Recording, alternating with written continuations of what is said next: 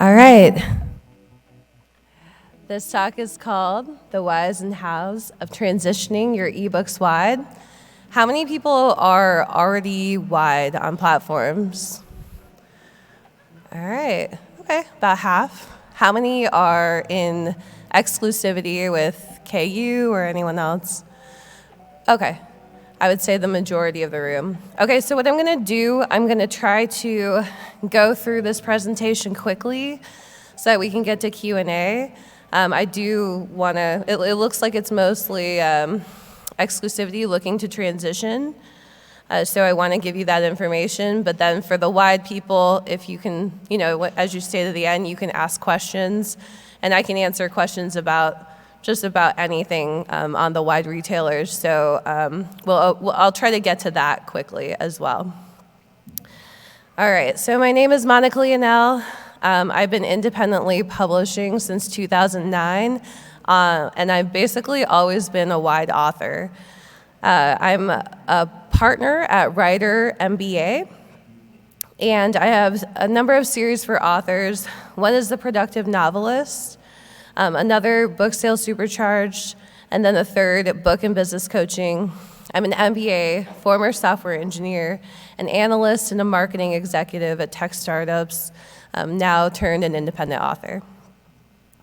This is the series for wide authors. It's basically a book for each platform, all the big 5 retailers, Amazon, Apple Books, Barnes & Noble, Google Play Books, and Kobo, and then also selling on your website. And the purpose of this series is really to show people that every retailer is different, every retailer has its own algorithms, and there are cool ways to optimize your books at every single retailer. What you'll learn in this talk: why go wide, how authors go wide successfully. We'll talk about going direct with retailers versus going with distributors, how to make the transition easier, and then we're going to have specifics on wide retailers. Those are going to be in separate talks. So there's one on Google Play Books and Apple Books later today, and then there's one on Barnes & Noble and Kobo tomorrow. So during Q&A, feel free to ask any questions about that. But during the talk, I'm not going to cover those optimizations specifically because they're all in different talks, and we need to kind of conserve time. All right, so very quickly we'll go through this. Why go wide? So one, diversification. I think this is probably the most common reason that people want to go wide, is that they don't want to put all their eggs in one basket. 2 is burnout. So a lot of what works on Kindle Unlimited, exclusivity, a lot of it is some form of rapid release. So you kind of have to keep feeding books into the KU algorithms. 3 is algorithm changes. So sometimes your series will be doing very well on a retailer like Amazon, and then things change. The algorithm changes, tropes change, Amazon's focus changes, and then your series kind of peters out on that particular retailer. So then you may want to take that series wide to continue to make money off of it. The wide retailer investment. So what I mean by this is that other retailers have kind of had a renewal in interest in building out tools and products for the independent author community. So as audiobooks have kind of started gaining traction in the publishing space, there's lots of opportunity for retailers like Google Play Books, Apple Books, Kobo, and Barnes & Noble to capture a piece of that audiobook market, and that is kind of overflowing into ebooks. For years, the wide retailers collectively held about 15% of the market in the US and the UK. And so that's kind of shifting back, and I think wide retailers are growing right now in English language markets as Amazon starts to focus a little bit more internationally. And then direct sales. So direct sales, you've probably heard something about direct sales this week. you can do direct sales a little bit better when you're out of exclusivity with your ebooks. Then you're able to sell them through your website and email list and Kickstarter and Patreon and everywhere else. So this is my belief. The future of publishing is in wide and direct sales. I believe a lot of the opportunities that are coming in the next couple years are going to be on the wide retailers or through direct sales, including fan-based platforms, including events and signings, and including direct through your website. That's not to say, obviously Amazon is a retailer, so there is some opportunity there, but I think that there's going to be larger opportunities in wide and direct. That's just my opinion. Feel free to have a different one, but that's why I'm standing up here talking about this today. How to go wide.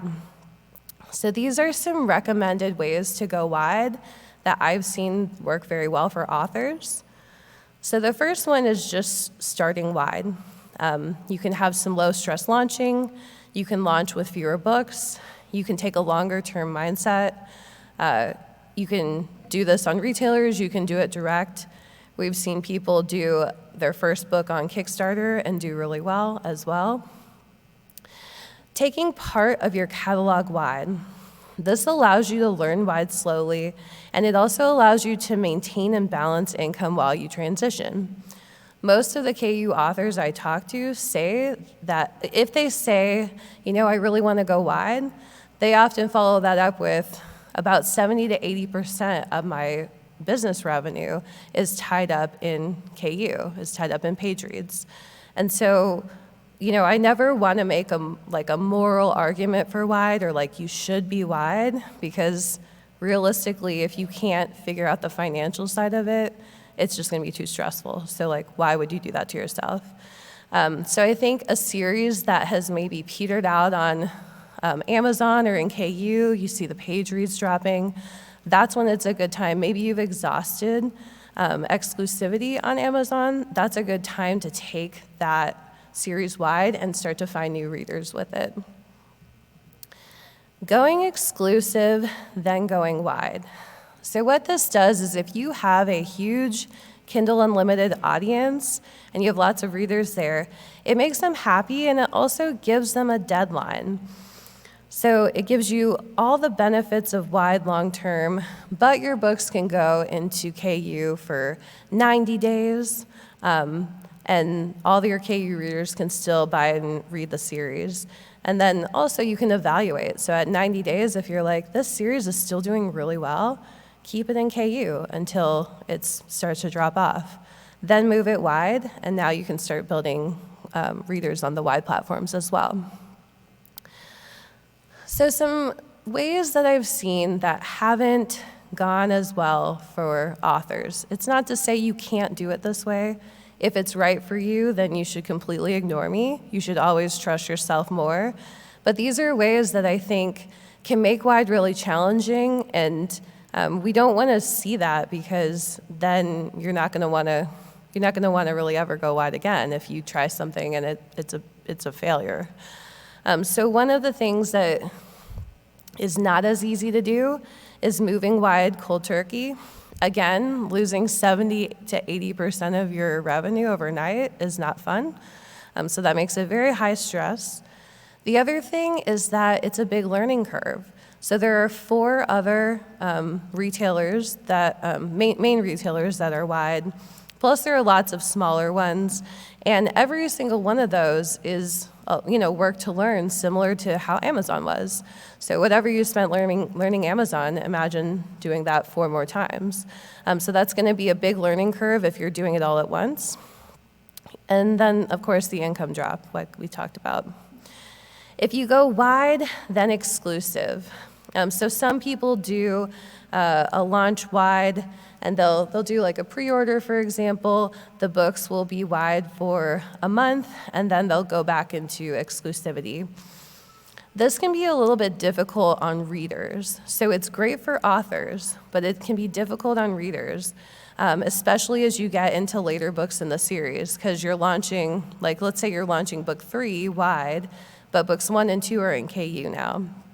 So it's a little bit hard to build the wide audience. And then it can also make your KU readers a little bit angry on launch, because a lot of them, if they've been waiting for the book, they want to be able to read it in KU right away. So it can really anger readers on both sides, even though it's great for authors in many ways. Another one I see is the first in series wide. So that's when you have pretty much what it says. The first book is free on all retailers. And so what people do is they market that book wider than just Amazon, but then books 2, 3, 4, 5, and so on are in KU. So this, again, kind of makes readers mad. The reason it makes the wide readers mad is because they can't get the rest of the series. They have to go over to Amazon, and a lot of them are just not willing to switch. But then the reason it makes KU readers mad is because for the first book, Amazon requires, they don't allow you to set your book to $0. You have to price match. And price matching on all the countries can be varied. And so even though it looks to you like your book is free, for many, many readers, it's actually not. So then you're actually cutting off people from being able to get into your series. It's also very tricky, like your book can go in and out of free on Amazon using this method. And so it doesn't quite work for KU page reads. All right, then the last one is going in and out of wide. So sometimes people, they'll start wide, then they'll maybe do 6 months in KU, and then they'll come back wide. And this is a little bit confusing for readers. Readers kind of on both sides don't always love this. It does allow for a time-limited boost in exclusivity, so that can shoot your page reads up. But on the wide platforms, you basically lose momentum. So every time you go wide, you kind of have to start all over again. And this may be with not just ranking, but also reviews. So if you decide to go wide, the next question you have is, should I go direct with the big 5 retailers, or should I use a distributor? So going direct, I'll go through the big 5 retailers. The first is Amazon. Obviously, it's the biggest storefront in English language territories. And it's also very competitive elsewhere, so Canada, Japan, India, and many more countries. Barnes & Noble, it's a US-only platform, so you cannot buy anything from Barnes & Noble if you live in Canada, the UK, Australia, New Zealand. It also has a strong traditional publishing readership due to its brick and mortar stores, and a strong print readership as well. The Google Play Bookstore, they're in 50+ countries. They are a stronger seller internationally. They also have a points program, which Amazon has just started a points program. I don't know if people have seen that. Google already had a points program. Apple Books, also in 50+ countries. This is also true for Google Play, but there are lots of device-driven sales. The reason why is that I believe for both Android and Apple, they don't allow purchases from other e-retailers. So you can't buy an Amazon book on your Android anymore. You can't buy an Amazon book on your iPhone anymore. You have to actually go to the website and then purchase. So you can't buy them, I should say you can't buy them in-app anymore, just due to the fees. So Google and Apple basically own the entire mobile device market. I believe Google owns 80% worldwide, and Apple owns the other 20%. So this is there's quite a bit of sales there because of that. All right, and then Kobo is a strong international competitor to Amazon and has a lot of unique partnerships internationally.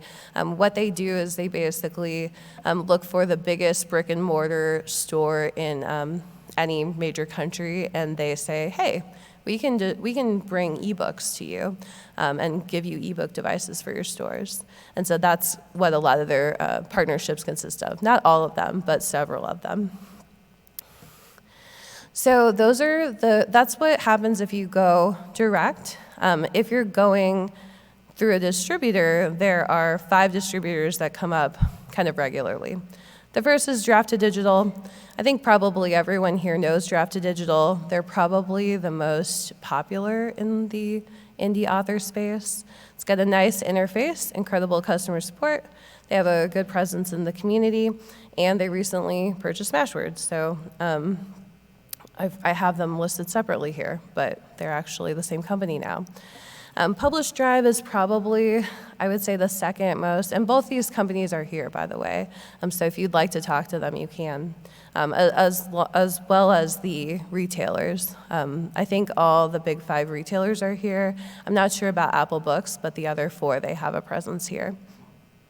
Publish Drive has about 400 plus stores. They do print, ebook, and audiobook. Smashwords, like I said, it's currently separate from Draft to Digital, but Draft to Digital purchased them about a year ago, and they're integrating now.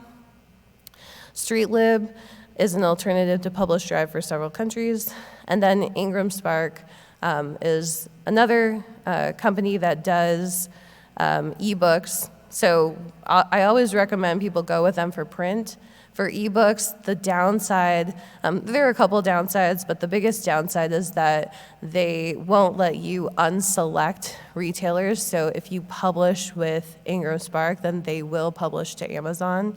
So you could not go direct with Amazon through that. They also have the setup fees, which is a big one. So when you're thinking of this and you're thinking of what to do, why choose? You can go direct to some places and you can use a distributor for others. So with direct, you'll often be able to get in-house promotions. This is particularly true for Kobo and Barnes & Noble. If you don't go direct with Barnes & Noble, for example, you cannot get the in-house promotions. You also can develop relationships with the reps. Again, many of them are here. Gives you more control over your listings, so you can update each listing individually, versus if you use a distributor, then the same description goes out to all 5 retailers. A lot of the same categories go out to all 5 retailers. You can keep more of your money. Most distributors, they charge a percentage of your sales. And with distributors, the benefits are saving time. You can get into some retailer promos a little bit easier. So Apple Books, for example, they don't really care if you go direct with them or if you go through a distributor. And sometimes Draft to Digital will organize promotions for Apple Books, and it's a little bit easier to get into those than it is to do so when you're direct with Apple Books. Some distributors also do payment splitting. I believe Draft to Digital does, and that can be really helpful for anthologies and co-writing projects. And then distributors can always get you to smaller and international stores. And so this is great. What a lot of authors do is they go direct with some or all of the big 5 retailers, and then they use distributors to get to all the smaller stores. So a couple things about making the transition easier. One is that your Amazon marketing strategies need to change as you go wide. And there are a couple of things about it. One is that your sales rank is going to be something that you probably want to ignore a bit, because sales rank is influenced by borrows. And so if you had a lot of KU and KU love and page reads, then you had a lot of borrows, which is increasing your sales rank significantly. When you switch to only sales, then your sales rank kind of tanks, but that doesn't mean that your money tanks. So a lot of wide authors talk about bank over rank because of that. It takes time to get accounts set up at several of the platforms. This has gotten better over the years to where you can get this kind of set up in one day, but while you're in KU, it's okay to set up accounts with each platform, and in fact, I probably would. I would not make the transition until I had all my accounts set up. And then the other thing is that you can get your books on all these retailers and get them optimized for each retailer before pulling books from KU. And I recommend this as well. So you don't have to, you can set up the books without publishing them. And that can be really helpful to where you can spend several months kind of just getting your catalog ready for wide retailers and still be in KU and not have to make that transition right away. That also, it gives you time to optimize your listings and also to make a marketing plan. And then sometimes people say some books do better wide or some books do better in KU or my category is entirely in KU. None of that's really true. Pretty much every genre, you can do well wide, you can do well in KU. It really is just a different audience, and you can change your marketing to match the audience. All right, a couple of best practices. Something that you can do is you can look at direct sales or print sales or audiobook sales or translation sales. So you can look at other avenues of your business that are not currently exclusive and try to build those up so that you can replace your KU revenue before you leave KU. You can also, this is something that I created. It's a free video training on how to create a master book description that works at all the big 5 retailers.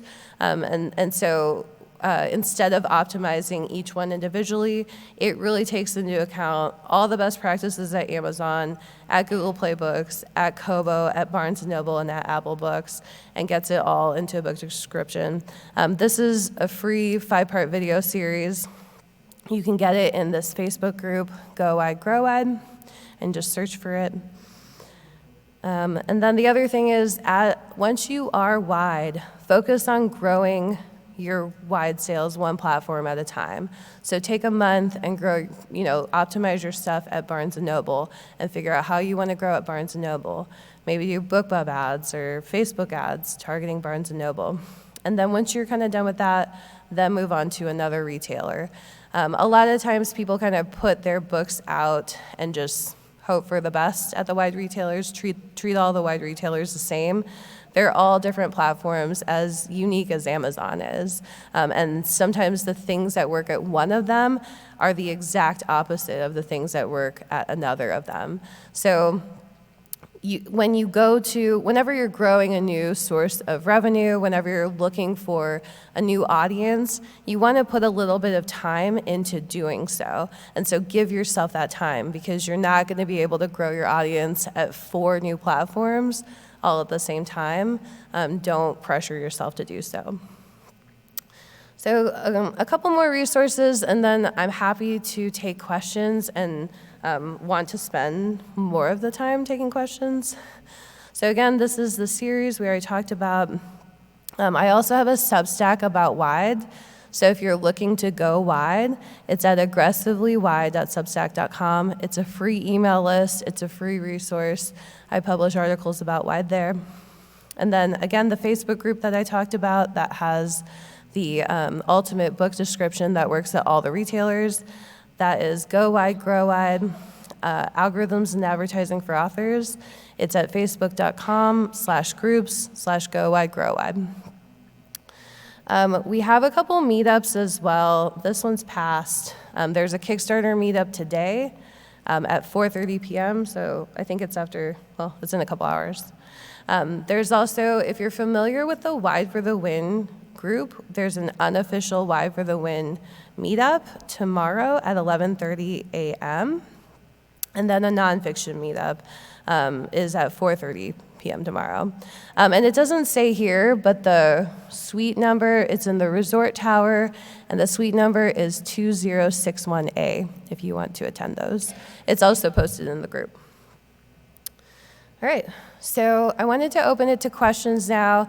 I can cover anything about wide, doesn't have to have been in this presentation.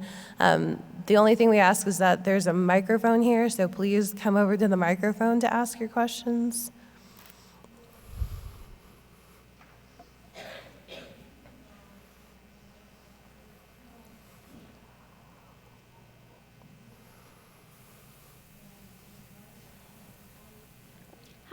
Hi. So I have been in transitioning to wide for the last year and a half. And my genre, I do clean fairy tale retellings, which was one of those genres that didn't really take off until, unfortunately, KU, it like blew up in KU. And I know that there are like traditionally published authors who have those books, but it didn't explode really until like the KU world came into being. I've had a harder time, there are some on the wider platforms, but I've had a harder time finding books to try to like link mine with theirs. And I'm wondering if you have any tips for looking for other books in your genre if it's a more niche, because it is a smaller, more niche genre. Yes. So niches on Amazon, you have to go very, very sub-niche, like what you were saying. But on other retailers, their readers read a bit more widely. So you may be able to work with like fantasy or mythology, any authors like that. Do you write young adult or adult? It's young adult, yes, clean young adult. Okay, yeah, so young adult is very cross-genre. I think you could probably cross-swap with any wide author who is young adult fantasy probably, and you could probably get some traction there. Same with like if you're doing book funnel swaps or book funnel promos, try to get into some of those too with just general fantasy. I think it'd work really well. Awesome, thank you. Yeah. And since we have a really long line, I also write, what I've been doing is I pulled all of my contemporary, which are fairy tale related as well, and fairy tales out so that the whole series would be out, but I'm also doing epic fantasy and KU just to keep that income coming in at the same time. My concern is I'm not sure when to pull the plug, because I would love to go wide completely. So I'm wondering how long, if there's an advisable amount to leave, because I do see that my older books don't sell quite as well sometimes as my newer books. So I'm wondering how long I should leave the epic fantasies in YA as I try to transition over. Sure. Yeah, it's a personal question. I wouldn't say there's any specific guideline. I would say when you're, are you using advertising to drive? Yeah, I would say when your ad costs start to go up, when you see them jump, I think that's probably a good sign that you've hit a lot of the audience.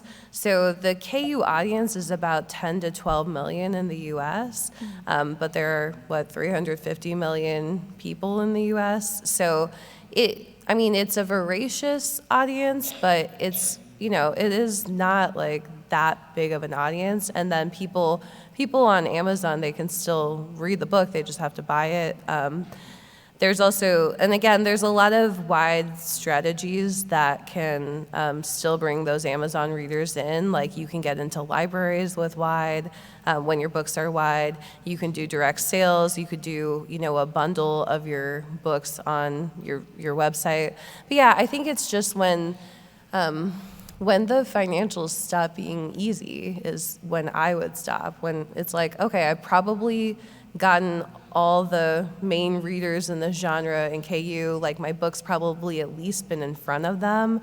That your newer books do better than your older, it probably means you've gotten those readers already. So their previous readers of your book is like more of who you're reaching now. So yeah, I think that's when I would do it, is just when it becomes cost prohibitive to keep marketing it. Fantastic. Thank you so much. Yeah, no problem. Hi.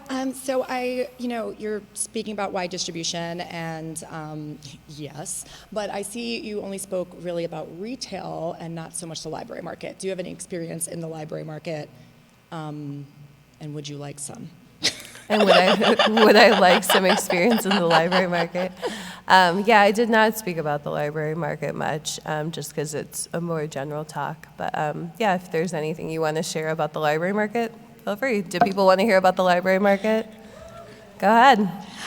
So yeah, I'm a huge proponent of going wide. I work for Dreamscape Media, and we do mostly audiobooks, but we do have a direct to Hoopla relationship we can do for anyone interested in maybe testing the library market waters. Hoopla has over 8 million registered users within the US and Canada and Australia and New Zealand. So if you're interested in dipping your toes in, we can definitely do that. We can definitely help you with that. But also, just in general, the library market is a huge place for revenue, and I think a lot of authors don't know a lot about it. And I think it's a really important, kind of distinction, because it's not just retail where you're going to make your money. You are going to make your money in library as well. So things like Overdrive and Hoopla and Libby and all those things are really important to get your work in front of the largest amount of audiences. So if you have any questions about that. You can get to all of those through the distributors that we talked about. Draft to Digital and everyone. So, yeah. Thank you. Thank you. Thank you so much. So I keep getting confused by this, so I'm hoping you can unconfuse me. I have my own ISBN. What happens? So it's the ISBN on the paperback. Obviously, the ebook doesn't need one on Amazon. What do I need to do with my ISBNs going wide? Okay, yeah, so no retailer requires an ISBN on the ebook side, so as far as I know. So none of the big five, I should say, require an ebook ISBN. Amazon and Barnes & Noble do print. And of course, Ingram Spark does print as well. There are other print ones. So they do print. They do require an ISBN. You only need one ISBN. So it's the one I have Yeah, currently. the ISBN, it relates to the format, not to the distribution channel. Having one ISBN for your print book, assuming that it's the same size that you put on all platforms, then that should be all you need. When you do an audiobook, kind of the same thing. If you do multiple print sizes or print editions, you typically need a new ISBN for each one. So if you have a print, your regular print book, and then you do like a large print, which is also very popular for wide authors, and really for print, anyone can do it, even if you're in KU. So I recommend doing a large print, whether you're KU or not. But yeah, so then you need a separate ISBN for that. But yes, ISBN ties to the format. So maybe that'll kind of clarify it for you. So the Amazon police won't come after me and say, you can't distribute on our platform anymore because you took this book that you published originally with us with this ISBN and now you're over here. Amazon has a pool of ISBNs that do not transfer to the author. It's mine that I own. It's your ISBN, Right. yes. So then you want to keep that ISBN with as long as that format has not been changed or updated, you would want to use the same ISBN. Thank you so much. Yes, no problem. Hello. Hello. This feels a little stupid, but maybe not. Can you talk a little bit more about describing how do you optimize your pages when you talk about optimizing your book pages or going in, like setting up your books and then going and optimizing? What do you mean by that exactly? Sure. Yeah, there are so many things to optimize per retailer, but I'll kind of give you a rundown of what they are. So one is going to be like categories, keywords. So every retailer kind of has a different position on it. It would be a little hard to run through all five of them, but I will say, like Google and Apple Books, for example, they index titles and descriptions for keywords. So if you write dragon romance, for example, on Amazon, you could put dragon romance as like your title and a bunch of other stuff, and they will still, they won't necessarily make you the first search result for dragon romance. But when you do that on Google or Apple Books, they actually index the title, subtitle, series title, and author and description fields.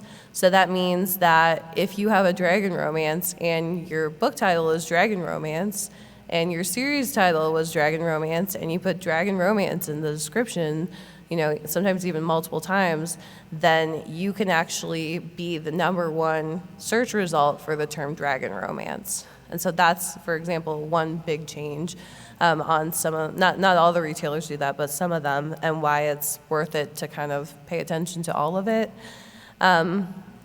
So those are kind of, I'd say, the three main ones. Is the categories are all different. So Amazon has its own categorization, so does Kobo, so does Barnes & Noble. So you want to look at those categories, see what the competition is in each category for what you're doing. Some of the retailers also just use the traditional categorization that libraries use. Trying to think what else. I would say those are the main things. The only other thing I would say is that on Amazon, everything is very, very niche. And you're like really writing to like these very, very small niches. When you go wide, you want to kind of expand your the way you market it, I would say. So like on Amazon, it's great to say like, hey, this is Reverse Harem Paranormal Prison Academy book or whatever. Where on one of the other retailers, it might just be, this is like a paranormal fantasy about angels or something, like an angel paranormal book. And just kind of like generalize it just a little bit more. It's it's not like so sub-niche.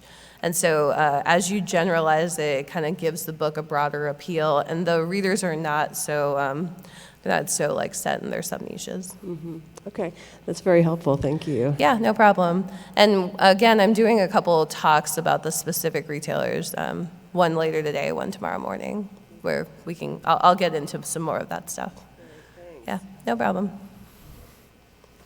So it seems like from the research that I've done that a lot of wide authors are still selling a lot of their books on Amazon, just not through KU. So when you make the transition from being a KU author to going wide, does it change your Amazon ad strategy at all? Or are there any tips that you have of kind of like how you think about your promo specifically on Amazon differently when you're going wide on Amazon? Yeah, it definitely changes your strategy for Amazon, because you no longer are trying to get those, I would say you're no longer trying to market as heavily to those whale readers. You're marketing more to people who are going to buy the books. So that's not, I would say the KU audience is pretty, they can buy your books. And if you're their favorite author, they probably still will. If you're not their favorite author, they're probably going to skip, because it's like, I have this subscription, I'm just going to read something else. And so you maybe looking for you may be reaching a new audience because of that. I also think there are very specific things, like I think Facebook ads often work better for KU authors, because what happens is you drive traffic to Amazon, and Amazon will follow up with readers even if they just view your book. And so then they'll say like, oh, there's a bunch of traffic going to this book, and you'll get, I don't know if you get those push notifications from the app, like, I noticed you viewed this. Are you still interested in this book? That's just from a page view. So for a KU author, that might be more, like that probably works better for a KU reader, that probably works better, because they're like, oh yeah, I did look at that book, now I'm actually ready to read it, and then they click it. It can work okay for sales, but the conversion's just much smaller on it. So there are some things like that where I think Amazon ads probably work. I think they probably work better for sales than Facebook would. I mean, you of course have to test for your genre, for your situation. I also think, when you target, you'll probably need to change your author targets on advertising, because if you target a bunch of KU authors, their readers are KU readers, and those readers may not be as interested in your books anymore that they have to pay for. Also, I mean, a lot of wide authors also use free as a larger strategy. Thank you. Yeah, no problem. All right. It looks like we have about 5 minutes if anyone has any more questions, but if not, thank you for coming and hope to see you at the next talk.